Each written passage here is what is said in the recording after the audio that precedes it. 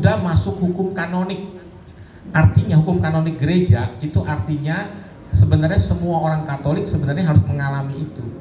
Saya lupa hukum kanonik gereja nomor berapa itu ada.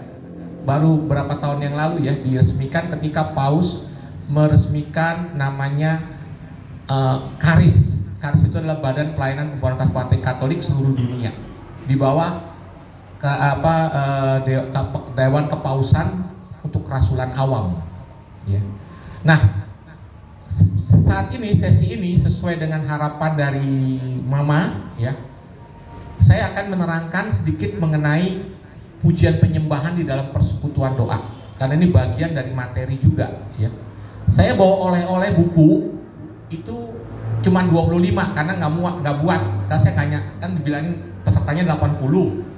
Saya bilang 80, waduh saya nggak muat bawa ininya karena Pak Bram juga bawa buku SHDR, ya.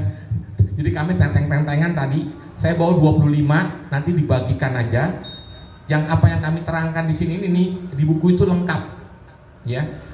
Ya mungkin bagi mereka yang senang membaca boleh dibagikan, gitu Bu. Memang nggak bisa semua. Kalau mau pesen tambahan nanti di BPN, Bu Siska. Murah kok, cuma 10.000 itu bukunya kalau nggak salah satunya. Ya. Tapi memang baca buku itu nggak semua orang senang baca karena itu saya aja baca buku itu 10 kali baru ngerti. Bener, ya, saya nggak bohong, 10 kali saya baru ngerti ya, karena itu diterjemahkan oleh Pak Roy Setiadi almarhum, ya, itu pengembangan persekutuan doa parokial Ron Ryan yang mengarang buku itu, ya. Jadi 10 sesi di buku itu dan kami berdua ini meringkas dalam pertemuan ini Sabtu dan Minggu ini. Nah, dalam buku itu setelah tadi Pak Bram menjelaskan mengenai tujuan dari pembaruan karismatik Katolik yang sejalan dengan tujuan gereja, yaitu apa tadi? Penginjilan, khusus saya paling cepat dah ya. Yang di belakang, penginjilan, pengudusan, pembaruan tata dunia. Untuk mencapai tujuan ini kan nggak gampang, betul nggak? Menguduskan, penginjilan, boro-boro penginjilan. Kalau kita di sini mungkin nggak terlalu susah ya. Kadang-kadang kalau tempat lain menginjili keluarga aja juga nggak gampang loh ya, betul nggak? Ya kan? Menguduskan, boro-boro menguduskan orang lain, menguduskan diri sendiri aja juga nggak gampang. Memperbarui tata dunia lebih sulit lagi. Kita perlu namanya kuasa. Kisah Rasul 1 ayat 8 bunyinya apa? Jangan lihat saya buka kitab suci gitu loh. Kecuali sudah hafal ya. Kisah Rasul 1 ayat 8.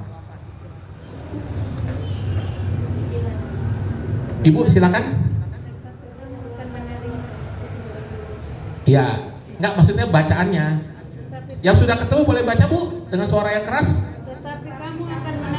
Tetapi kamu akan menerima kuasa. Kalau Roh Kudus turun ke atas kamu. Dan kamu akan menjadi saksiku. Di seluruh Yudea dan Yudea, Samaria dan sampai ke ujung bumi. Jadi kita akan menerima kuasa kalau Roh Kudus turun ke atas kita. Memang kita tidak mampu untuk menginjil, kita tidak mampu menjadi kudus, kita juga tidak mampu membawa tata dunia. Tapi kalau Roh Kudus turun ke atas kita, kita bisa mampu. Tadi Pak Bram sudah sampaikan, kita akan menerima karunia-karunia Roh Kudus. Tadi karunia, sabta karunia, 7 karunia yang biasa kita doakan kalau novena, pengudusan pribadi, karunia jabatan, dan karisma Roh Kudus. Yang ada berapa itu? Ada berapa? Itu sabta karunia yang di Yesaya ya. Ini yang di 1 Korintus 12 ayat 8 sampai 10. Ada berapa? 9. Nah, kalau Ibu, saya panggilnya suster apa Ibu Valen nih ya. Ada 9 karisma Roh Kudus akan dijelaskan oleh Pak Bram besok. Ya. Ini instan loh. Biasanya kalau 9 karisma Roh Kudus kita praktekkan itu retret 4 hari. Pak Bram ya? Retret 4 hari kan? Workshop 4 hari. Nah, ini Pak Bram akan jelaskan besok beserta workshopnya cuma 1 jam. Wah, bayangkan ya. Karena kita terbatas ya, kilat. Ya. Baik. Nah, kita akan, tadi orang mengalami pencurahan Roh Kudus bukan hanya pada waktu SHDR, tapi juga pada saat Anda pujian dan penyembahan. Jadi tujuan persekutuan doa kita kumpul tuh, saya nggak tahu di sini PD-nya setiap minggu apa 2 minggu sekali atau setiap minggu, ya paling benar begitu ya, jangan PD sebulan sekali, udah lupa ya. Makan 5 hari sekali kan nggak mungkin ya, lapar langsung kelenger ya. Jadi tujuan persekutuan doa, ada yang tahu Bapak Ibu yang terkasih? Orang datang persekutuan doa nih ngapain? Pujian penyembahan. Jadi kalau pujian penyembahan sudah tercapai, sebenarnya tujuan PD itu sudah tercapai. Yang namanya renungan, sabda Tuhan atau pengajaran itu tambahan. Ya, jadi sebenarnya orang datang persekutuan doa itu untuk mengalami pencurahan roh, hadirat Tuhan. Pertanyaannya, apakah PD kita sudah mengalami itu belum? Di mana orang yang datang mengalami hadirat Tuhan, berjumpa dengan Yesus sungguh-sungguh. Sudah belum? Sudah, bagus, kita selesai. Kalau di Jakarta nggak semua, banyak, mohon maaf, kalau di Jakarta nih, di Jakarta saya cerita ya, orang datang ke PD bukan pujian penyembahan yang utama, datang ke PD ngelihat pembicaranya siapa. Ya, di Jakarta gitu, kalau pembicaranya terkenal, top, yang datang ke PD rame. Tapi kalau pembicaranya teman sendiri, ya kan sudah tahu dia, yang datang bisa separuh lebih hilang, karena masih mencari pembicara. Kalau di Timika enggak ya? Di Timika lebih benar-benar mengalami hadirat Tuhan, betul? Nah, sekarang saya cuma nerangkan singkat saja bagaimana pujian penyembahan di mana orang bisa mengalami hadirat Tuhan.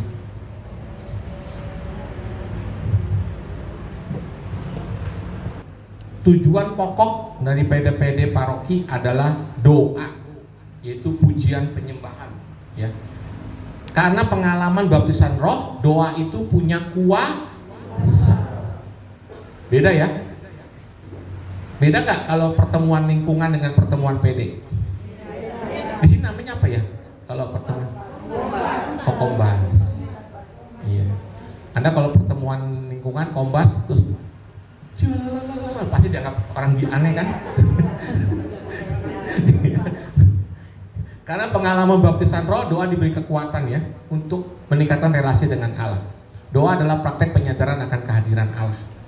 Ya, jadi kalau kita doa, kita nggak mengalami Tuhan, itu namanya belum doa.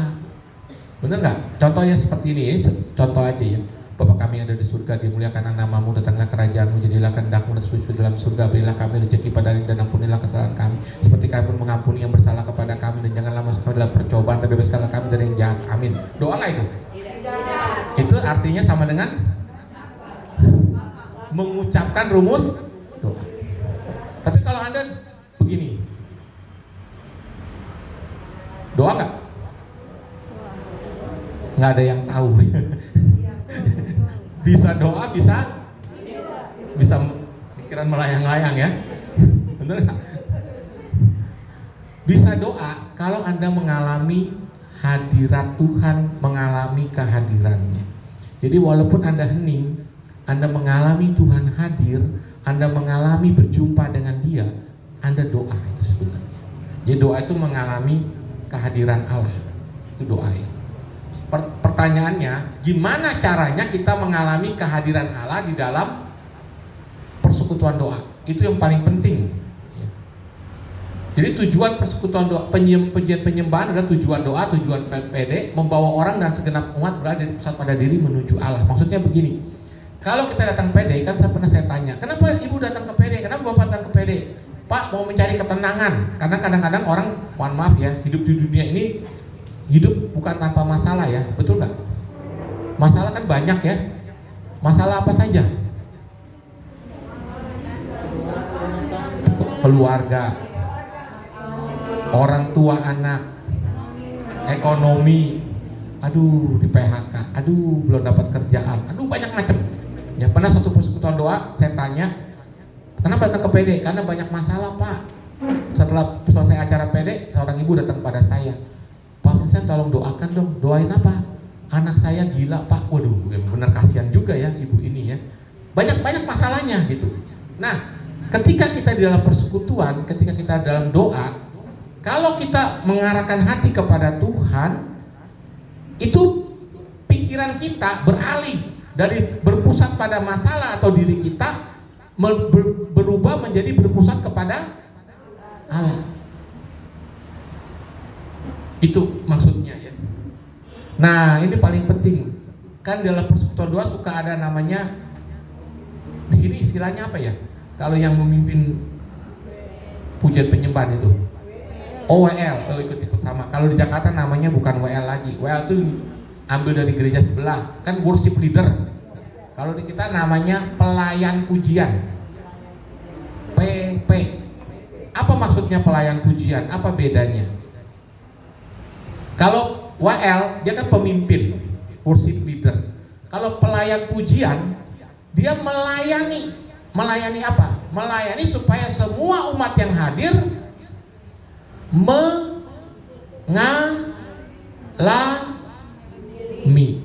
hadirat Tuhan. Jadi yang mengalami hadirat Tuhan siapa? Semuanya. Bukan pelayan pujiannya. Jadi kalau Anda di sini, siapa yang jadi pelayan pujian yang biasa dalam PD melayani? Angkat tangan, jangan malu-malu. Kok nggak ada yang angkat tangan ya? Valen, Ibu, 2, 3, 4, 5. Cuma 5 orang. Semuanya melayani pujian, pelayan pujian. Oh. Ya bagus juga ya. Tapi nanti kita lihat ya, bagaimana kita melayani pujian penyembahan. Jangan sampai kita melayani pujian penyembahan, mohon maaf, yang mengalami hadirat Tuhan cuma kita sendiri, sedangkan umatnya yang lain atau ngerti maksud saya? Yang melayani pujian, Yesus kau baik, aku memuji namamu, aku berterima kasih Tuhan karena Engkau Allah yang luar biasa. Sedangkan yang lain umatnya, kapan selesainya ya dia doa ya? Bisa terjadi? Ngerti maksud saya? Ini saya bukan menyinggung pelayan pujian, bukan ya. Maksudnya kita belajar untuk tugasnya pelayan pujian itu sangat penting sekali dalam persekutuan doa. Bahkan jauh lebih penting dari tugas pengajar atau pewarta. Karena dia harus membawa umat beralih dari pusat pada diri menjadi berpusat kepada Allah. Bayangin datang lagi baru berantem sama suami, sama istri misalnya di rumah, datang ke persekutuan doa, hati lagi galau. Aduh besok makan apa lagi? Aduh pekerjaan bagaimana lagi? Aduh banyak urusannya. Bener nggak? Si pelayan pujian harus bisa membawa umat beralih dari pusat pada diri menjadi pusat kepada. Pertanyaan saya, gimana caranya?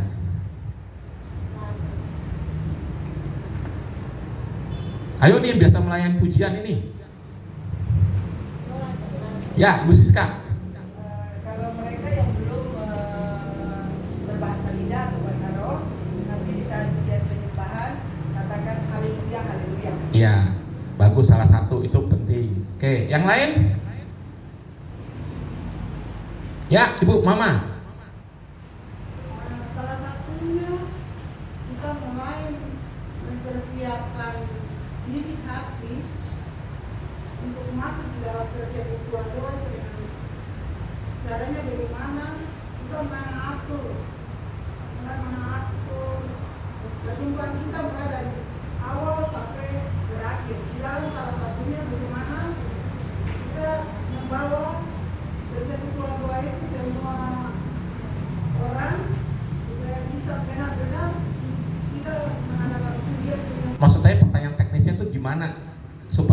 orang ini tidak mikir yang macam-macam, tidak pikirannya melayang-layang. Tadi kan sudah disampaikan sama Bu Siska, oh nanti pada saat pujian penyembahan jangan diam saja ya.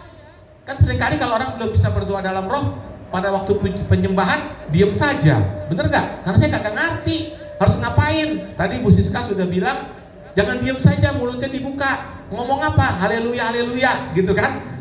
Ya, maksudnya barang haleluya, haleluya, haleluya, haleluya. Nggak apa-apa, itu usaha. Ya, tapi itu dengan demikian Anda boleh mengarahkan hati kepada Tuhan. Selain itu ngapain lagi? Ya, Bu. Baik, terima kasih Bapak. Pengalaman saya. Iya. Saya selalu ini mengkonfirmasi dalam saya biasa berdoa. Dan kalau saya lihat di dalam dunia saya banyak yang belum bisa. Kemudian yang kedua, HP-nya dimatiin dulu supaya jangan terganggu. Karena kita harus dulu konsentrasi. Nah, saya mulai masuk sambil mata saya itu melihat kepada setiap anggota. Kadang-kadang ada yang duduk mulai bilang, mulai apa macam-macam seperti ekspresi Bapak tadi. Saya sampaikan, mari kita masuk lebih dalam lagi. Saya ajak, bawa mereka lebih dalam lagi. Terus saya juga kalau belum lagi terus lebih dalam lagi dan menyanyikan dalam. Kalau kalian sudah merasakan lain, ada mungkin ada rasa angin atau rasa sesuatu, berbicara. Iya. Terima kasih. Iya, terima kasih Ibu ya. Ini jangan sampai begini loh. In sendiri yang saya bilang, tahu ya in sendiri ya. Yesus kami puja, kami sembah sebagai Raja. Umatnya, Anda harus matanya setengah ditutup, setengah dibuka. Merem-merem melek gitu melihat ini umat ini mengalami nggak? Kan dari depan tuh bisa kelihatan. Kan saya kan bisa ngelihat nih, ini pada konsentrasi atau enggak, atau yang begini, itu kelihatan. Ya, tadi Ibu sudah benar sampaikan jangan pejamkan mata. Dan yang kedua adalah simple, ajak untuk berdoa.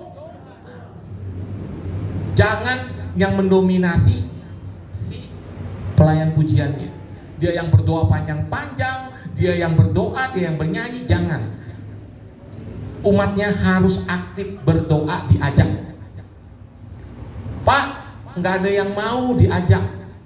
Ayo mari kita bersyukur kepada Tuhan. Silahkan yang mau bersyukur kepada Tuhan berdoa spontan.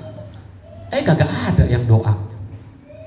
Bingung pelayan pujiannya. Udah gue saya ajak nih, kok kagak ada yang mau. Caranya gimana? Saya kasih satu cerita ya. Waktu itu saya pertemuan Kombas di sini ya. Biasa masa prapaskah itu di tempat kami itu ada pertemuan Kombas itu rutin ya, lingkungan itu ya.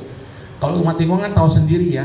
Selesai acara, waktu itu pernah saya yang mimpin, saya minta semua doa. Dari sebelah saya muter ada 20 orang doa masing-masing. Komplainnya apa kalau di lingkungan atau di Kombas? Kalau disuruh doa. Komplainnya? Nggak bisa doa Pak kami Pak. Kami belum catat. Biasanya gitu komplainnya. Kami nggak bisa doa. Terus saya bilang begini, nggak usah doa yang aneh-aneh atau panjang-panjang. Kalau kamu nggak bisa doa, ucapkan 3 kata. Apa Pak? Terima kasih Yesus. Masa nggak bisa ngomong terima kasih Yesus? Oh bisa kalau kayak gitu. Ya udah. Silakan sebelah kanan saya. Terima kasih Yesus. Sebelah kanannya lagi. Terima kasih Yesus. Sebelah kanannya lagi, terima kasih Yesus. Waduh, sebelah kanannya lagi. Nah ini orang karismatik nih ya. Tuhan terima kasih untuk segala kebaikan dan kemurahan-Mu. Engkau Allah yang hidup. Aku memuji dan memuliakan Engkau. Terima kasih Tuhan atas segala kasih-Mu. Stop, kepanjangan nanti nggak pulang kita. Berikutnya terus. Orang karismatik kan kayak gitu. Terima kasih Yesus. Sebelahnya lagi, terima kasih Yesus. Sebelahnya lagi, Tuhan terima kasih Engkau sungguh baik, kami memuji Engkau. Sebelahnya lagi, terus begitu ya, sampai semuanya ngomong, berdoa. Tahu nggak apa yang terjadi? Cuma begitu doang loh. Ya. Ada yang nangis, ada yang hatinya tersentuh. Kok bisa ya? Kok bisa? Kenapa? Karena semuanya berdoa. Karena semuanya ketika ketika orang berdoa, dia akan mulai mengalihkan perhatiannya dari berpusat pada diri menjadi berpusat kepada Allah. Itu kuncinya. Jadi kalau mau persekutuan doa Anda orang mengalami hadirat Tuhan, dengan kata lain, pelayan pujian harus memberi kesempatan seluas-luasnya kepada umat untuk berdoa. Jangan dimakan sendiri. Jelas? Silakan.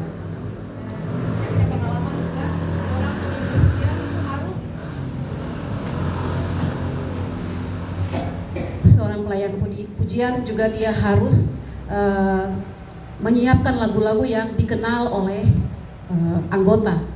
Kadang-kala ada anggota yang tidak tahu menyanyi, tidak tahu lagunya, mereka diam-diam saja.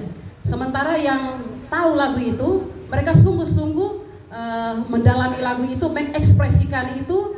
Kadang-kala saya lihat mereka tutup mata, tapi mereka benar-benar mengekspresikan. Sementara yang tidak tahu lagu diam saja gini. Jadi harus lagu yang mereka semua tahu. Terima. Lagu hanya sarana. Coba sekali lagi katakan, lagu hanya sarana. Pernah ya, lucu nih, tempat saya dulu, zaman dulu waktu saya jadi koordinator, itu ada satu orang ibu datang ke saya, Pak, saya mau melayani menjadi WL Pak, menjadi pelayan pujian Pak. Waduh, kemudian tempat kami lagi kurang orangnya. Saya bilang gini, Bu, mohon maaf ya Bu, ini pelayanan ini penting sekali, jadi nggak sembarangan. Kita tes dulu Ibu, dalam tanda petik dites di pertemuan tim untuk menjadi WL di situ. Ya, punya karunia nggak Ibu ini? Setelah dites, oh ternyata Ibu ini punya karunia. Kemudian kita kasih kesempatan dia melayani dalam persekutuan doa. Baru kesempatan pertama dengan singernya, dengan tim pujiannya berantem ribut. Cuman gara-gara urusan apa? Milih lagu. Jadi ibu ini maunya lagu ini kalau saya nyanyi enak sekali. Sementara teman-temannya yang jadi itu nggak ada yang ngerti lagunya. Jadi dia tetap memaksakan, yang ini tetap nggak mau. Jadi berantem cuma gara-gara milih. Saya yang pusing. Jadi koordinator tuh puyeng. Langsung saya panggil, doa pengampunan, rekonsiliasi, mereka bisa saling mengampuni. Jangan dibiarkan lama-lama ya, karena nanti kalau udah marahan gitu susah ya. Nah, cuman gara-gara milih lagu. Jadi betul sekali kata Ibu Valer, lagu kalau bisa yang sudah dimengerti. Kalau mau lagu baru, tolong dilatih sebelum PD mulai. Ya. Dan kalau bisa lagu penyembahan itu jangan lagu yang orang tidak tahu dan orang mesti mikir, mesti lihat. Susah itu. Ya. Lagu sederhana aja yang kita sudah tahu. Misalnya contoh lagu Haleluya itu paling gampang kalau penyembahan itu. Ya, karena nggak usah ngelihat teks, nggak usah lihat, hatinya langsung terarah kepada Tuhan menyembah. Betul Bu? Ya. Nah ini sebenarnya bukan harga mati ya, tapi dari Mazmur 100 Anda boleh memakai ini sebagai, kalau orang pemujian penyembah kan ada tahap-tahapnya, sama seperti kayak orang pacaran ya, mau pernikahan kan nggak mungkin dong orang baru kenal langsung menikah. Ya bukan menikah gitu maksudnya. Baru kenal langsung pegangan tangan ya, langsung apa gitu kan, orang kaget, betul nggak? Ada tahapan-tahapannya. Orang mau olahraga aja kan mesti ada pemanasan dulu, betul nggak? Apapun selalu mesti ada tahapan-tahapan. Jadi nggak bisa begitu datang persekutuan doa langsung apa? Yesus kami puja. Baru datang nih, baru duduk. Kami sembah sebagai Raja. Waduh, orang belum, lagi capek pulang kerja, lagi belum bisa. Jadi orang harus tahap perkenalan dulu atau tahap ibaratnya nih fellowship. Jadi pertama datang itu fellowship, dibuat suasananya yang orang tuh supaya bisa bebas, nggak merasa asing. Fellowship ya, lagu persaudaraan. Kemudian masuk ke dalam syukur ya. Syukur ini ya satu lagu syukur, atau kemudian bisa diminta setiap orang untuk bersyukur. Jadi pelayan pujian harus ngajak. Kalau yang nggak berdoa diajak, ayo mari jangan ragu-ragu bersyukur. Kalau tidak bisa ucapkan 3 kata. Terima kasih Yesus. Masa nggak bisa sih ngomong terima kasih Yesus ya? Latihan mengucap syukur. Kemudian pujian dalam. Pujian dalam itu maksudnya kita juga boleh memuji Tuhan dengan kata-kata kita sendiri, ya, atau lagu pujian kepada Tuhan. Nah, kemudian masuk ke dalam penyembahan. Ya, ingat penyembahan tadi ya, saya katakan jangan lagu yang susah, lagu yang betul-betul kita sudah kenal. Dan ketika menyembah Tuhan, ya, tadi Ibu Siska sudah sampaikan dengan jelas sekali. Kalau yang masih belum bisa berdoa di dalam roh, nggak apa-apa, Anda mulai menyembah Tuhan. Kata menyembah yang paling Tuhan, yang menyembah Tuhan yang paling gampang kata apa? Haleluya. Sembahlah Tuhan, haleluya, haleluya, haleluya, haleluya, haleluya, haleluya. Lama-lama ada kaget, tiba-tiba Anda nggak ngerti Anda ngomong apa lagi. Bukan haleluya lagi yang keluar. Yang keluar halelupa. Enggak ya, yang keluar adalah dorongan apa yang Tuhan kita ucapkan. Yang penting kita menyembah Tuhan. Kemudian setelah itu hening. Ya, biasanya setelah kita menyembah Tuhan, kita masuk ke dalam keheningan. Inilah bedanya kita dengan yang lain. Hening untuk apa? Untuk mengaktifkan karisma-karisma Roh Kudus di sini. Ya. Saya nggak tahu di sini PD karisma Roh Kudus ditampakkan nggak ya? Karisma Roh Kudus ya, seperti karisma nubuat, sabda pengetahuan, terus karisma menafsirkan bahasa roh, ya. Yang paling sering tampakkan nubuat dan sabda pengetahuan biasanya kalau di PD itu. Nampak nggak? Berarti bagus, ya. Kalau PD kita nggak ada karisma Roh Kudus, wah PD-nya bisa lemes. Ya, saya kasih cerita. Saya pernah datang ke PD, usianya sudah 40 tahun. Dulu PD-nya ramai banget di gereja, penuh, pakai band lagi PD-nya ya. Penuh, 300 orangan kurang lebih yang hadir kalau PD ya. Suatu saat sudah bersekian lama saya datang lagi, saya kaget. Ternyata ketika saya datang, boro-boro kan biasanya kalau persekutuan kan ada penyambut tamu ya. Nggak tahu di sini ada penyambut tamu nggak ya? Biasa kan ada yang nyambut tamu. Di sini nggak ada. Datang lagi nyelonong. Terus udah gitu, pas acara penyembahan ya, nggak ada tuh namanya doa dalam roh, nggak ada. Jadi selesai lagu penyembahan langsung doa untuk pewartaan sabda Tuhan. Saya lihat kok PD-nya ini lemes banget ya, nggak ada karisma Roh Kudus ditampakkan ya. Tahu nggak yang datang berapa orang? Cuman 30-an. Bayangkan dari 300 bisa 30 orang. Karena orang datang tidak mengalami apa-apa. Tapi kalau orang mengalami, dia akan datang lagi nggak? Pernah waktu itu kami mengadakan workshop karisma nubuat. Jadi selesai penyembahan, itu hening, ada seorang ibu yang bernubuat seperti ini. Saat ini ada seorang ibu yang kakinya sakit. Bersyukurlah kepada Tuhan, kakimu tidak sakit lagi. Terus ada yang bernubuat lagi, jangan takut, jangan khawatir, karena aku menyertai engkau dan mengasihi engkau. Terus ada yang bernubuat lagi, meneguhkan itu, jangan takut, jangan khawatir. Setelah selesai, saya cek bener nggak nih nubuat ini ya, maksudnya autentik nggak? Saya cek siapa tadi yang mengalami kaki yang sakit, ada nggak? Bener, ada ibu di belakang ya, dia nangis, tiba-tiba dia nangis, dia bilang begini, sebenarnya saya sudah tidak mau datang ke PD malam ini karena kaki saya sakit. Tapi ketika disampaikan sabda pengetahuan itu, nubuat itu, kaki saya aneh ya, kok tidak sakit lagi. Dan pelayan pujiannya, singernya cerita, dia baru pindah rumah dan dia takut sekali mengenai masa depannya. Tadi ketika mendengar nubuat itu, hatinya menjadi tenang dan damai. Ya, itulah gunanya nubuat, sabda pengetahuan di dalam PD. Ya, orang mengalami kuasa-kuasanya.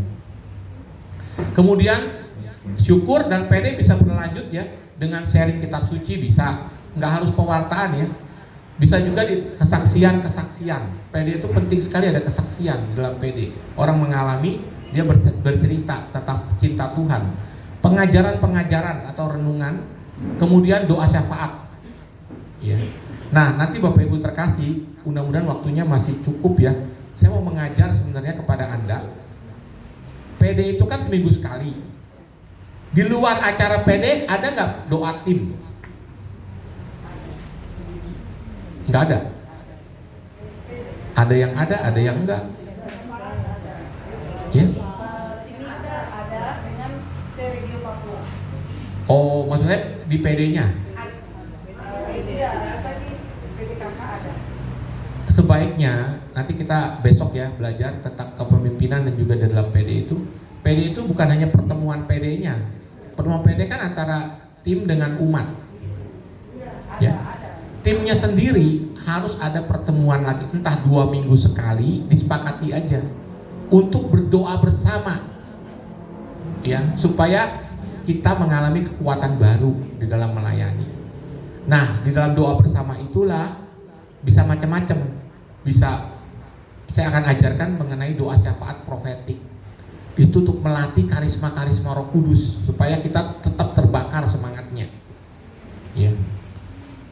Baik, sampai sini kurang lebih selesai ya. Sebenarnya masih banyak, tapi saya singkatnya demikian di dalam pujian penyembahan di dalam PD. Ada yang mau tanya? Silakan Mama.